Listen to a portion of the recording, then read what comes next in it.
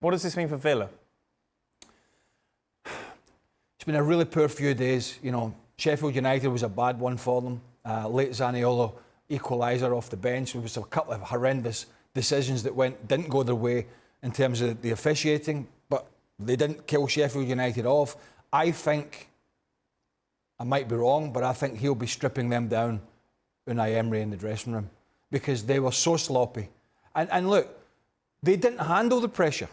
And if you're going to be up there, if Arsenal are going to win the league, if Liverpool are going to win the league, and if City are going to continue to do it, they handle this type of pressure that teams try and put on them in a better manner. Villa were asked a question, a big question in the second half, and they could not handle the pressure that United put on them. And they got sloppy. And I think what it tells you is everything we've known, that they're up there, it's a great story, but if they get in the top four this year, that will be a marvellous season for them. But this manager, this Spanish manager, he's going to be a very unhappy chappy tonight. Yeah, it is concerned. You could highlight every United goal and the errors from Villa that led to them, of course, coming back and getting that victory, Jules. And it's got to be a concern going forward, the word pressure being associated with Aston Villa and them not being able to handle it. Yeah, although they'd never lost any point. They never dropped points until tonight from a winning position this season in the Premier League. But away from home, they've been average most of the time. They were lucky to win at Spurs. They were lucky for the draw at Bournemouth. But more often than not, they haven't been good at home. Certainly not away from home. Certainly not as good as they've been at home, obviously, apart from the Sheffield United game. So I thought that second half was horrendous from them. I thought they lost control. They lost their discipline, most importantly.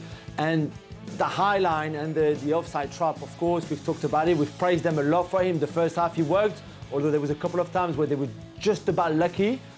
But I think they caught United 6 times offside in the first half, which is more than any other team in the whole league this season.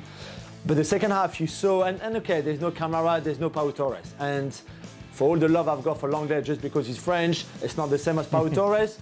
And to be fair, you know, then Donker or Ramsey, depending on who you think really replaced Camara, because McGinn had to change position. It's not the same without Camara and that Douglas Luiz-Camara partnership in centre midfield.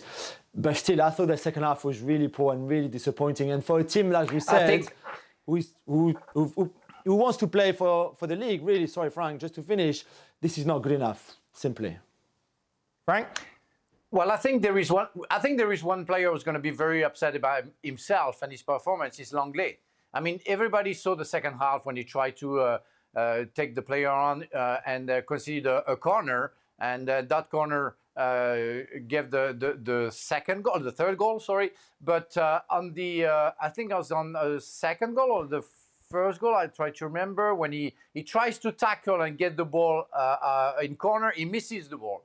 And so I think he can be very upset by himself and his performance the second half. I saw him a little bit struggling, and that's not a performance that you have after playing for Barcelona for years, playing for the national team. I think you can do better than that. And I'm with the guys, you know, defensively, what Aston Villa showed the second half was absolutely horrendous. They were all over the place. They didn't know how to handle the pressure of the Red Devils. And it's why they lost that game. That's quite. It's going to hurt them. It's going to hurt them, and the Emery would have to work very hard with them to make sure they go back to where they were. The French contingent will be back on Extra Time. As always, you can check out Extra Time over on our YouTube channel. There's Craig in his festive ways. Oh my Those were the days. You weren't here, Shaq. You left me alone with it. Yep. Yes. I got the notice.